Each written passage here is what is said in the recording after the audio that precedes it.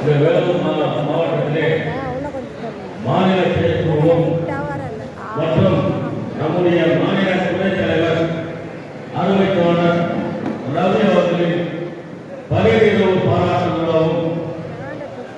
பாராட்டு விழாவுக்கு தலைமை ஏற்றிருக்கும் நமது மாநிலத்தின் தலைவர் திருமலைவாசன் அவர்களே, இங்கே வரவேற்புரை ஆற்றிய அருமை தோழர் இந்த மண்ணின் மனிதன் நீ பதவியுறவு பாராட்டு நாயகன் ரவி அவர்களே, எனக்கு பின்னாடி இது கருத்துரை ஆற்றிருக்கும் அருமை தோழர் மாநில பொருளாளர் ராஜேஷ் கண்ணன் அவர்களே, என்னுடைய பயணியும் மாநில துணை தலைவர்களே, மாநில செயலாளர்களே, தனியாளர் அவர்களே, அமைப்பு செயலாளர்களே, இந்த விழாவை ஏற்பாடு செய்து கொடுத்த வேலூர் மாவட்ட நிர்வாகிகளே, அந்த வேலூர் மாவட்டத்தில் இருக்கக்கூடிய ஆர்வத்த பொறுப்பாளர்களே, தோழர்களே, தோழியர்களே, இங்கே அவரை நம்முடைய மாநில துணைத் தலைவர் வாழ்த்துவதற்கும் அனைத்து நல்லுறவுகளையும் வருகிறவர்களுக்கு மாநில சங்கத்தின் சார்பாக வாழ்த்துகளையும் வணக்கத்தையும் இங்கே உருவாக்கி கொண்டிருக்கிறார்கள். நாம் இன்று நம்ம பார்த்தீங்கன்னா சில விஷயங்களை நாம் கோரிக்கைக்கான விஷயங்கள் இருக்கு.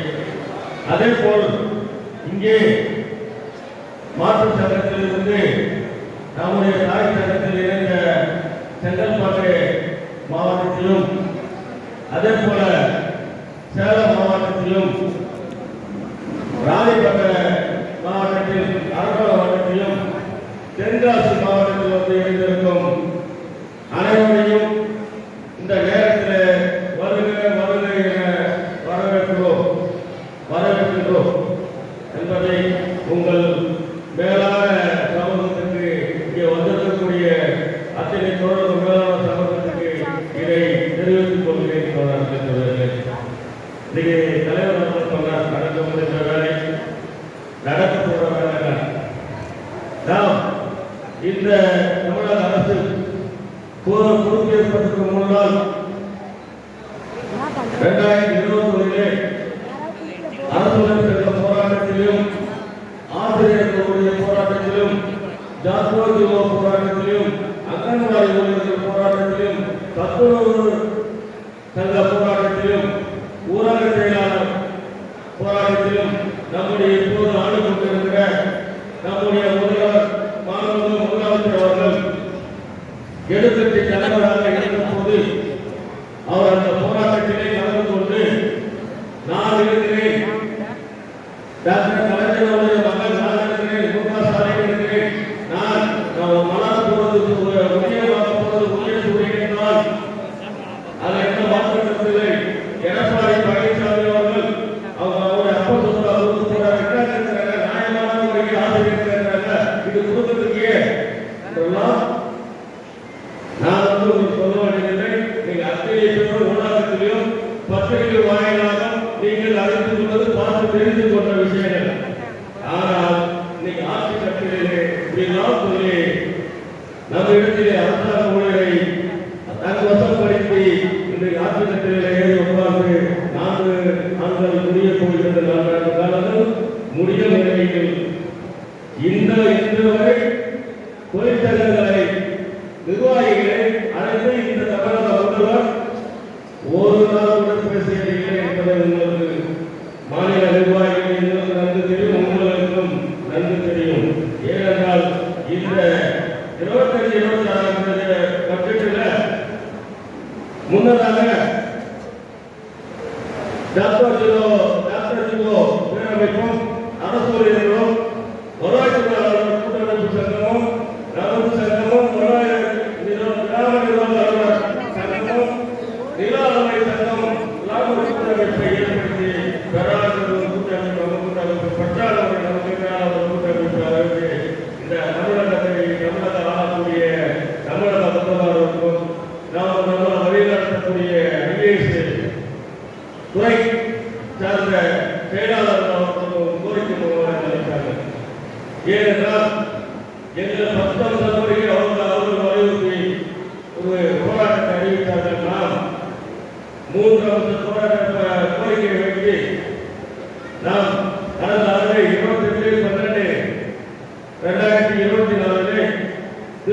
அந்த அவகாசத்தை இதே போல் பிரமாண்டமான ஒரு மாநில செயற்குழு கூட்டி ஏன் அரசாங்கம் முடிய போகிறது, அடுத்த ஆண்டு தேர்தல் வரப்போகிறது.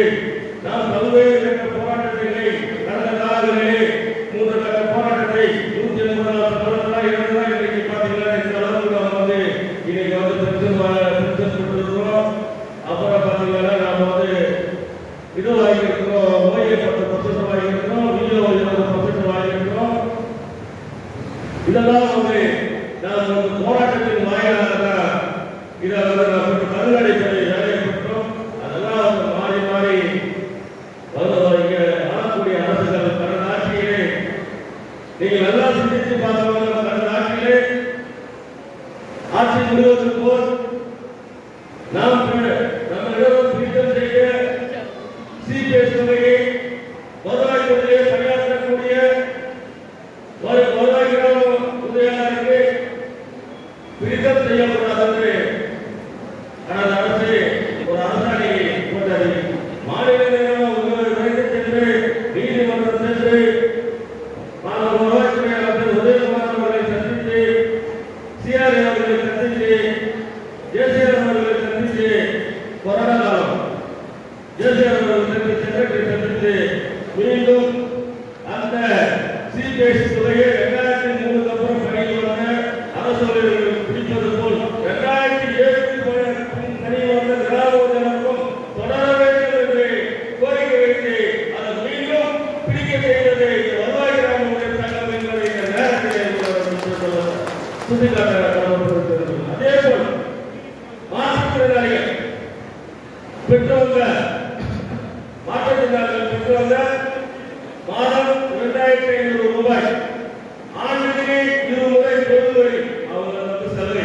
அதையும் இந்த அரசு பொறுப்பேற்று 9 மாத காலத்திற்குள் இந்த வருவாய்த்துறையிலே பணியாற்றக்கூடிய கிராம உதவியாளருக்கு இந்த நாட்டத்தினர் உறுதிப்படுகிறது ஒரு உத்தரவு போட்டிருக்கிறார். சில மாவட்டத்தில் கட்டிட்டு சில மாவட்டத்தில் தொடர்ந்து அதை கொடுத்துன்னு வராங்க. அதை பார்த்துக்கொண்டு மாநில சங்கம் சும்மா இருக்கவில்லை.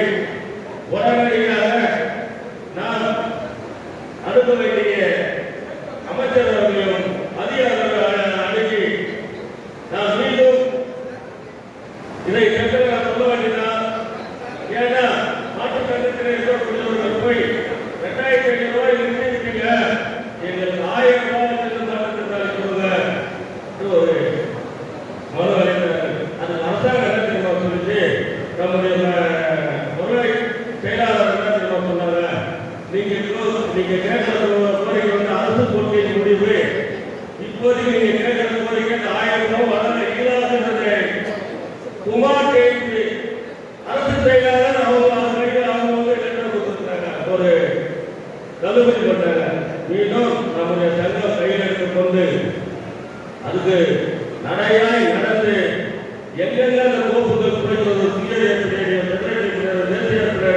ஒவ்வொரு துறையில் அகற்றுகிறது அந்த கோப்புகள் கடந்த ஆண்டு 21/1/24 மீண்டும் மாற்றுத்திறனாளிகள் பெற்றவங்க 2500 ரூபாயும் மாற்றம் அவருக்கு அந்த தொழில் வரி ரத்து என்பதை நாம் மீண்டும் அரசாணையை பெற்றுக் கொடுத்தோம் என்பதை இந்த நேரத்தில் வருவாய் கிராமம் பெற்றுக் கொடுத்தது. அதற்கான அரசாணையம் நம்ம கையில் உள்ளது என்பதை இந்த நேரத்தில் நினைவுபடுத்துவது.